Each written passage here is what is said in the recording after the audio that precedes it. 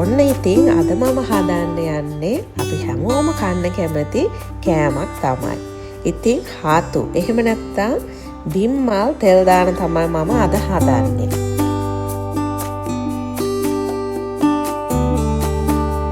මට අද හම්බුණා ටිකක් වෙනස් විදිහේ බිම්මල් ටිකක්. ඉතින් මේකට කියන්නේ බීච් මෂ්රූම් කියලා.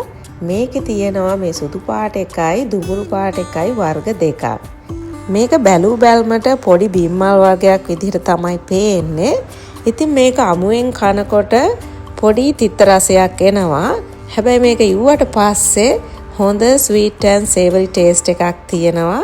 ඉතින් හරිම රසයි. ඉතින් ඉස්සෙල්ලාම මම මේ වගේ මැටි හට්ටියක් ගත්තා.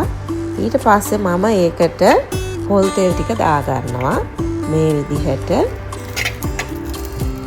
දැන් මම පොල් තෙල් ටික හොඳට රත් වීගෙන එනවා. ඒ හින්දා මම කපාගත්ත සුදු ලූණු ටික මේකට එකතු කරගන්නවා. ඊට පස්සේ කපාගත්ත ලූණු ටික එකතු කරගන්නවා මේ විදිහට. දැන් මම මේ ඔක්කොම හොඳට කවලම් කරගෙන චුට්ටක් බැදෙන්න තියෙනවා. මේක බැදෙන අතරතුරේ මම ඒකට කපාගත්ත අමු මිරිස් ටික එකතු කරගන්නවා. දැන් මම ලුණු ටිකක් දාගන්නවා.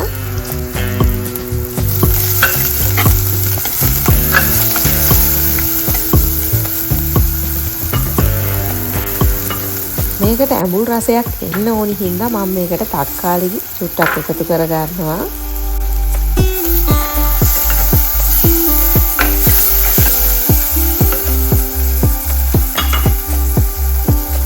දැන් මම මේකට කෑලි මිරිස් මේස හැන්දක් එකමාරක් විතර එකතු කරගන්නවා.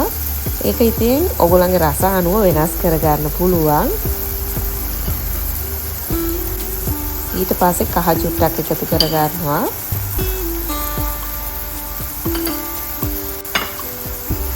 දැන් මේ ටික ඔක්කොම හොඳට කවලම් කරලා චුට්ටක් ඉදෙන්න තියෙනවා.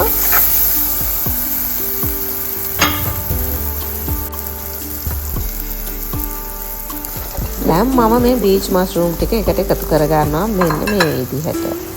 ඊට පස්සේ හොඳට මේක කවලම් කරගෙන චුට්ටක් වෙලා ඉදෙන්න දෙනවා මෙන්න මේ විදිහට.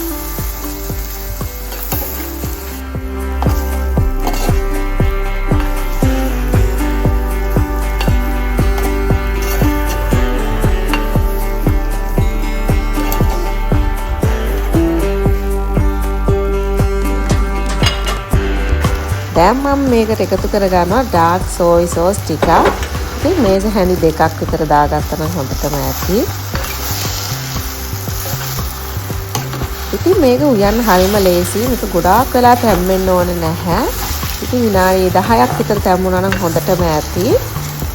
මේ විදිහට හොඳට කවලම් කරගෙන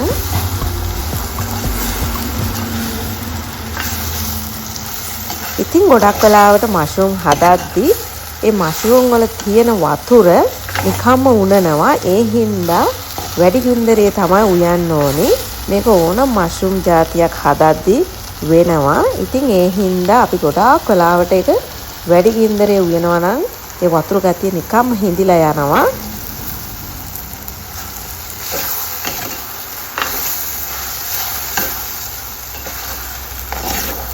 ඔන්න ඉතින් දැන් හරි මගේ මෂ්රූම් එක. හරිම ලේසි හදාගන්න, ගොඩක් වෙලා යන්නෙත් නැහැ. ඉක්මනට හදාගන්න පුළුවන්. ඒ වගේම හරිම රසයි. ඕගොල්ලොත් හම්බුනොත් හදලා බලන්න කොහොමද කියලා.